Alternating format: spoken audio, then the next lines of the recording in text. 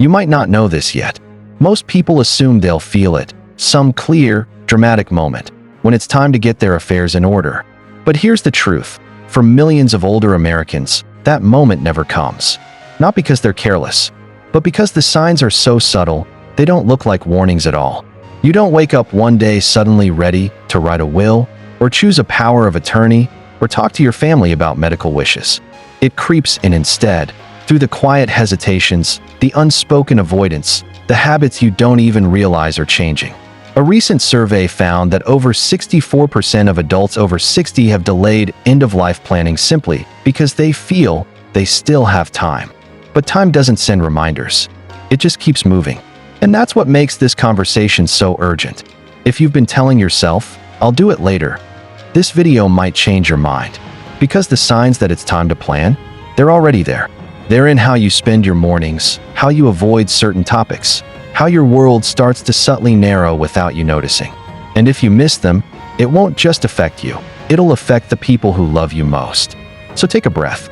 Let's talk about the 7 subtle signs that it's time to plan for the inevitable, with clarity, not fear. And before we go any further, hit like and subscribe, because someone else out there needs this just as much as you. Barlowe Finch was the kind of man you remembered after just one conversation. At 73, he still wore his shirts tucked crisp, his words measured like a song intro. In the 70s, he was a late-night radio DJ in Memphis, known for spinning blues tracks and cracking dry jokes that made truckers laugh out loud in the dark. Even now, decades later, people still waved when they saw him at the corner diner, one of the dozen he used to frequent on his weekly breakfast rotation. He lived alone by choice, not because he had to, but because he liked it that way. He could still change his own oil, fix a leaky sink, and recite the exact year every major Elvis album dropped. To anyone watching from the outside, Barlowe was doing just fine. But inside his quiet little world, things were changing. Not all at once. Not in ways that screamed crisis. It started with little things.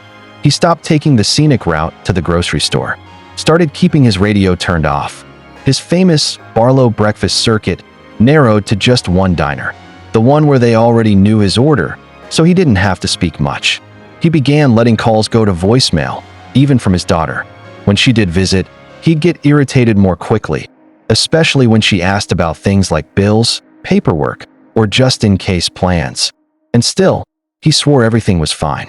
But Barlowe didn't notice how his fridge had become a museum of expired condiments, or how the hallway night light he used to replace religiously had been burned out for weeks. He thought he was maintaining control. What he was really doing was slowly retreating from it. His daughter, Lila, picked up on it first. She noticed that the man who once managed a live studio booth without missing a beat now stumbled over mail instructions.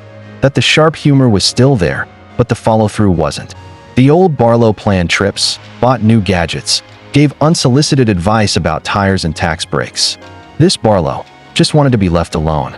And it wasn't until a minor mix-up with his Medicare renewal, something he used to handle with ease, left him in tears of frustration, that Lila saw it clearly. He wasn't helpless. He wasn't fading away. But something was shifting, and fast. Not in his body, in his readiness. And what she realized next is what we're here to talk about. Being independent doesn't mean you're immune to decline. And when you start ignoring the quiet signs, you lose the chance to prepare while you still have the power to choose. Subtle sign number 1. You've stopped making big decisions. Barlowe used to be a man of motion. He once surprised his daughter with a spontaneous road trip to St. Louis just because he read about a new jazz bar opening. Another time, he traded his car on a whim because the engine sounded tired, even though it ran fine. But lately, he hadn't gone more than 20 miles from home in 3 years. He parked in the exact same spot at the diner, paid the same bills without ever questioning if the rates had changed. And when his daughter suggested switching to a cheaper phone plan or upgrading the old AIC unit, he'd wave it off with a quick, "It's fine." Barlowe called it loyalty, comfort, sticking with what works. But Lila saw it for what it really was, paralysis. And she's not alone.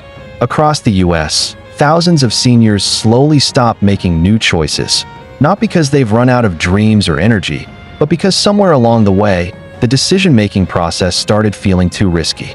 It wasn't just the fear of choosing wrong. It was the fear of losing what little control they still felt they had. Think about it. When was the last time you made a change you didn't have to? Rearranged the living room furniture? Tried a completely different grocery store? Switched banks, plans, or doctors just because it made sense? Or have you found yourself saying, "It's just easier to leave it the way it is"? That sentence, "it's easier this way," can be a quiet form of surrender, not to laziness, but to emotional fatigue. Because every decision, especially the big ones, asks something of us. It demands attention, mental effort, sometimes confrontation.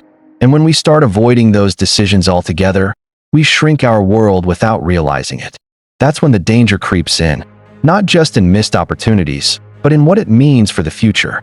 Avoiding big decisions now, like reevaluating your finances, writing a will, choosing a health proxy, can leave your loved ones making those decisions for you, under stress later on. So here's the truth. If you've stopped making new decisions, especially the ones that require thought, planning, or change, it's not just a sign of contentment. It may be your mind waving a quiet white flag, telling you it's time to start preparing, while the choice is still yours. Have you caught yourself in this pattern? Tell us below. Your story might help someone else see the pattern in their own life. Subtle sign number 2. Your financial habits start slipping. Barlowe Finch always prided himself on being money savvy. He wasn't wealthy, but he was smart, taught himself how to budget in his 20s, avoided debt like the plague, and could balance a checkbook and pen with perfect handwriting. For years, he clipped coupons not because he had to, but because why pay more when you don't have to? He reviewed every statement, compared grocery receipts, and even tracked gas prices between towns. But recently, something changed. His daughter Lila found unopened bank statements collecting dust on the kitchen counter. A parking ticket had ballooned from $25 to $105 in penalties. When she asked about it, Barlowe just shook his head and mumbled, "It slipped my mind." But this wasn't about forgetfulness. It was about mental energy. He hadn't become incapable. He'd become tired. And this is more common than you might think. According to AARP, a growing number of older adults aren't falling behind on bills because they've lost cognitive function. They're falling behind because of something harder to spot: burnout. Think about it. Financial tasks, whether it's checking statements, comparing insurance premiums, filing tax forms, or even setting up online payments, require sustained mental focus. And while these may seem simple, they become emotionally heavier with age. Why? Because each task is a tiny reminder of responsibility, of potential error, of vulnerability. And for many seniors, especially those living alone, these once routine habits begin to feel like too much. You might tell yourself, "I'll get to it later," or "It's just one late fee, no big deal." But over time, those tiny slips become a pattern. Late payments, missed renewals, overdraft fees. Suddenly, the finances you used to manage with ease begin to unravel quietly and without warning. Here's what makes it so dangerous. It's easy to hide. Friends won't see it. Even family might miss it until it snowballs. You can still smile, joke, appear independent, and yet feel buried under a mountain of unopened envelopes. But this is more than disorganization. It's a signal, a sign that what used to be manageable now feels draining, and that your internal battery might not be recharging like it once did. And this is exactly when support systems should be introduced, not when crisis hits. Whether it's automating bills, asking a trusted person to double-check accounts, or sitting down to review priorities, the earlier you act, the more control you keep. So ask yourself, are your financial habits starting to slip? Not because you can't, but because you're quietly worn out?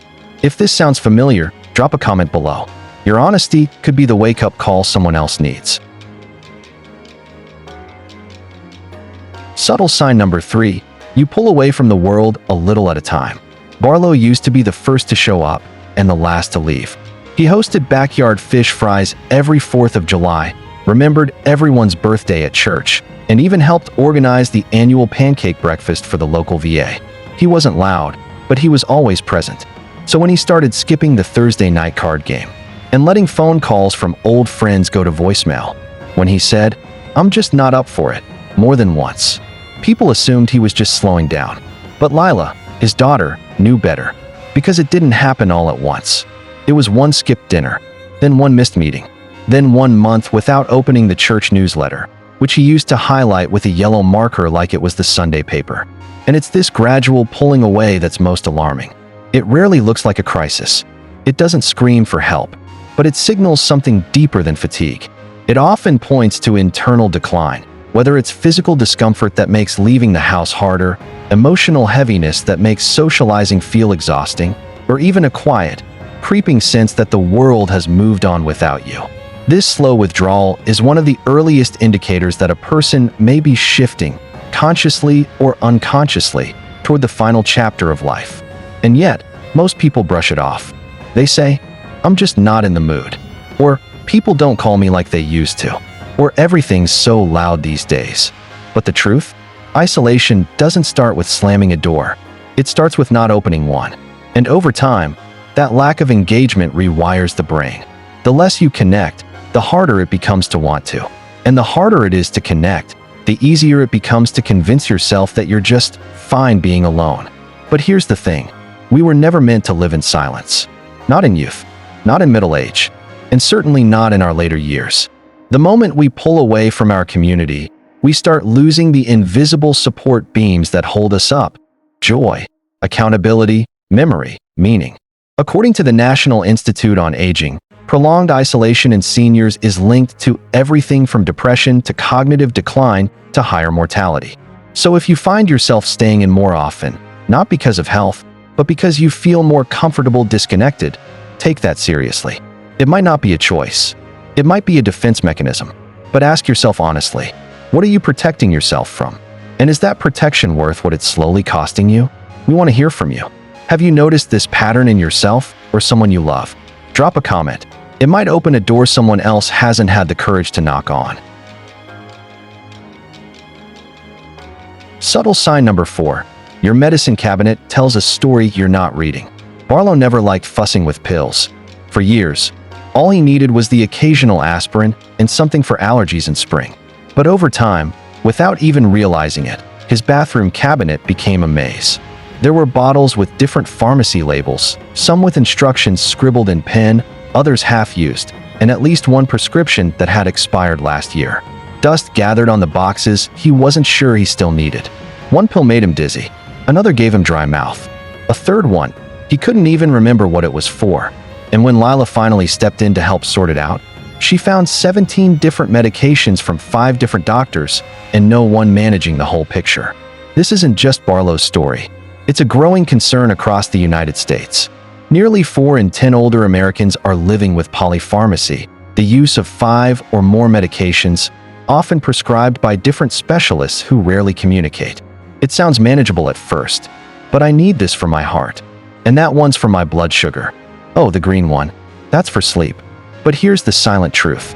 As the number of medications climbs, your safety and your independence can begin to fall. Dizziness, confusion, constipation, fatigue, poor balance, even memory issues. Many of these common aging problems are actually medication interactions in disguise. You may not need more pills. You may need a better plan. But most seniors won't catch this early, because it happens subtly. You refill prescriptions out of habit. You trust your doctors mean well. You hesitate to ask, why am I still on this?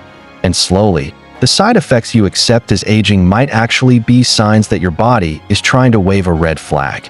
Here's what's more alarming.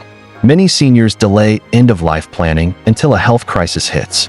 But by that point, your medication list may already be working against your wishes, clouding your thinking, compromising your ability to communicate, and increasing the risk of hospitalization. This is why medical clarity is a core part of preparing for later life. Not just legal paperwork, not just emotional peace, but a full, honest review of what's in your cabinet and why. Have you ever looked at your prescriptions and thought, do I still need all this? That thought matters. It's a doorway to conversation.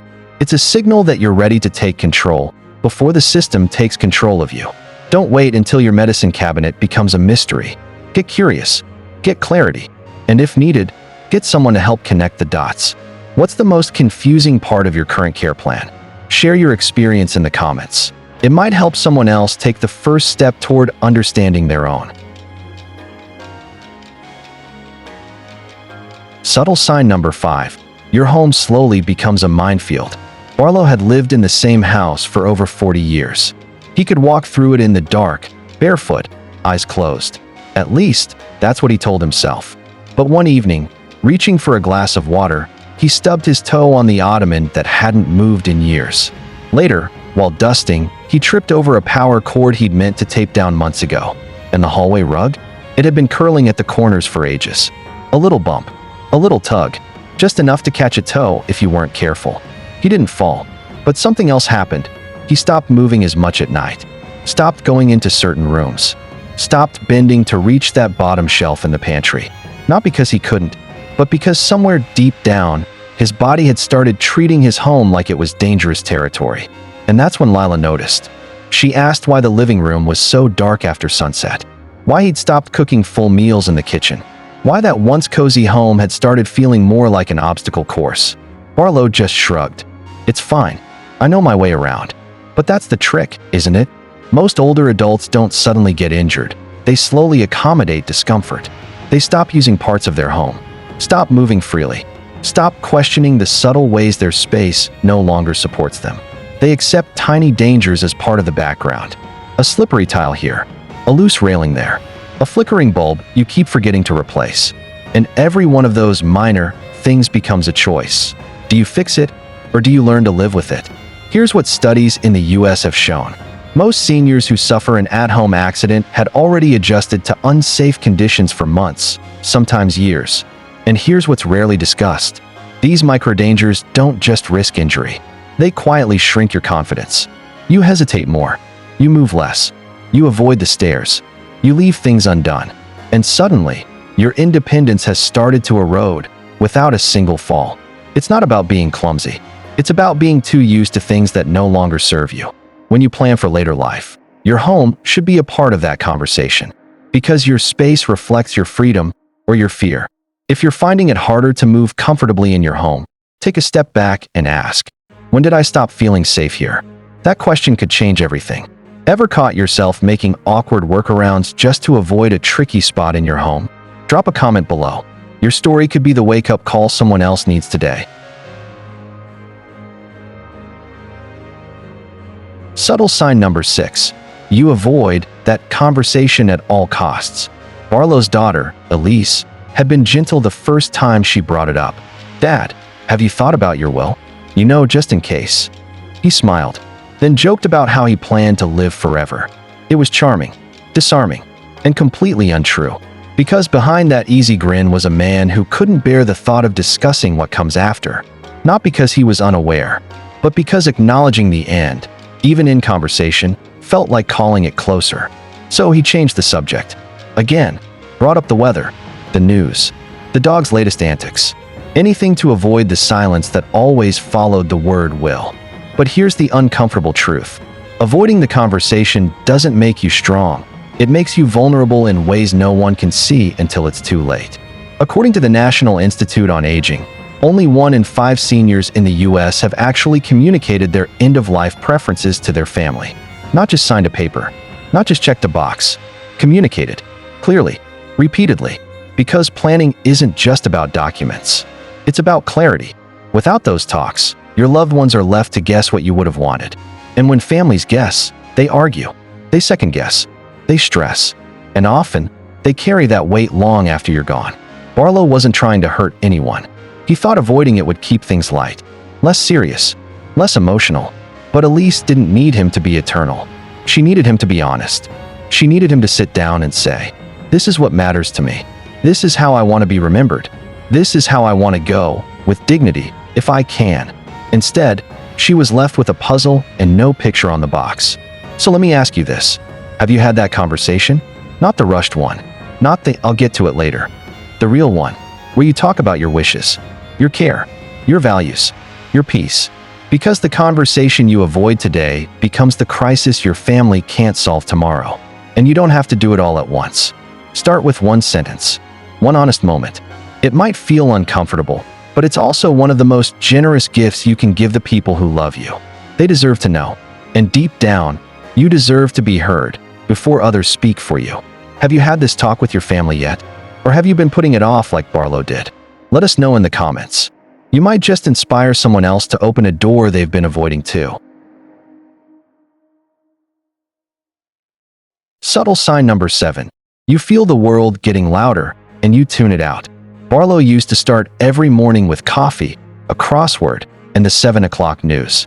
He'd chuckle at the weatherman's bad jokes, flip through the local paper, and even call into a radio station now and then with his opinions. But lately, the TV stayed off. The mail sat unopened for days, then weeks. Forms from the DMV, letters from his pension office, even a notice about property tax changes, all slid into the same drawer. The one he didn't open anymore. And it wasn't laziness. It wasn't even forgetfulness. It was emotional exhaustion. Because when the world starts to feel too noisy, too complicated, too fast, many older adults don't raise their voice. They quietly turn the volume down. On everything.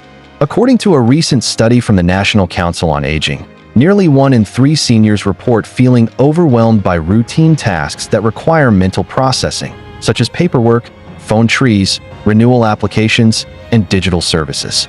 And when that pressure builds, what often happens isn't panic, it's avoidance. Barlowe wasn't trying to cause problems. He just didn't want to deal. And in a world where everything from healthcare to banking has gone digital, every unread message and unchecked box became another pebble in his shoe. At first, he told himself it wasn't urgent. But over time, those pebbles became a mountain. Medical coverage gaps, missed deadlines, lapsed documents, all because he couldn't face the noise. And this, right here, is one of the quietest but most urgent signs that planning for the end of life should begin. When small tasks start feeling like battles, that's your cue to simplify your systems before life throws you a curveball. It might mean assigning a power of attorney. It might mean automating bills, consolidating accounts, or even downsizing responsibilities. Not because you can't handle them, but because your energy is sacred now. Your clarity matters more than your independence badge. Barlowe finally let his daughter help go through the drawer. Together, they sorted the noise from the signal. And you know what he said after? "I feel lighter." That's the feeling we're all after. Not control, not perfection, peace. Have you noticed yourself tuning out more than usual? Be honest. How many things have you meant to deal with, but just didn't? Drop your thoughts in the comments. Someone else out there probably needs to hear they're not alone. Barlowe's turning point. It happened on a Tuesday. Barlowe had just poured himself a second cup of coffee when he realized he'd missed the Medicare Part D deadline. Again, he sat at his kitchen table, the handset buzzing in his ear as an automated voice repeated, "Please stay on the line. Your call is important to us." 25 minutes passed. Then 30. His breathing grew shallow. His palms were damp. And suddenly it hit him. He wasn't fine. He'd built a lifetime on independence, raising 2 kids after his wife passed, running a radio show solo for years, managing every detail of his life without asking for help. But now, in this moment, with a government rep still on hold, the curtain fell. And for the first time, Barlowe panicked. Not loudly, not dramatically, but inwardly, where so many seniors silently unravel. He hung up, sat still, eyes on the window, not seeing anything. And then, he picked up a different phone. He called his daughter, Linny.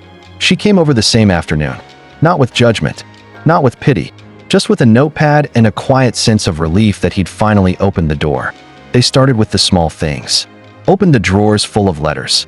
Created a calendar of recurring deadlines. Called the bank and simplified his accounts. Set up online access together, then wrote down every password. Then came the big ones.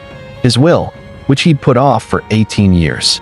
His advance directive, which no one had ever asked him about. His healthcare proxy, now clearly named and documented. Piece by piece, Barlowe turned the fog into a map. And something changed. He didn't just regain control. He rediscovered a version of himself who wasn't constantly bracing for impact. He laughed more. He showed up to Linny's potluck. He even started helping a neighbor organize their own paperwork, like a reverse hand-me-down. He joked, "Because here's the truth. The end of life isn't something you plan for. It's something you plan through. You don't do it because you're weak. You do it because your story deserves a powerful final chapter written by you." Barlowe didn't need to give up his independence. He just needed to stop hiding behind it. And the moment he did, he didn't feel less like himself. He felt more. Have you had your Tuesday moment yet? The one where you finally exhale and say, I can't do this alone anymore. If you have, or if you're close, drop a comment. Someone might be waiting for your story to feel brave enough to start theirs. Here is your takeaway. Planning for the end doesn't mean you've run out of time. It means you've decided to take control of the time you still have. There's a strange myth we don't talk about often, especially in America, where independence is worn like armor. That getting older means you fade quietly into the background, leave your affairs to chance, and hope someone else figures it out when the time comes. But the truth is far more powerful than that. When you sit down and make decisions about your care, your wishes, your money, your home, you're not being grim. You're being brave. You're lifting the invisible weight your family might otherwise carry later. You're sparing them the uncertainty that tears families apart, the guessing, the guilt, the arguments. And even more than that, you're giving yourself peace. No more silent stress. No more wondering if it's too late. No more pushing it off until some vague later. It's a quiet but deeply radical act, choosing clarity over chaos, responsibility over avoidance, love over discomfort. You don't have to wait for a scare, or a diagnosis, or a crisis. You can make the call, draw the line, write the plan today. Because planning for the end is not about dying. It's about living in a way that makes the most of what matters. The freedom to say, I've taken care of it. The confidence to know, they'll be okay because I planned ahead. And the pride that comes from protecting the life you built, not just for yourself, but for those who love you. No, you're not immortal. But that was never the point. You're wise. You're capable. And now, you're prepared. If something in this video struck a nerve, or made you pause, don't let that moment pass. Tap the like button now so more people can find this before they need it too late. Subscribe to Better Aging Advice for the kind of honest, practical guidance most people don't talk about, but everyone deserves. And if you know someone who's still carrying it all on their own, quietly overwhelmed behind their smile, share this with them. This could be the video that finally helps them exhale and start planning with purpose.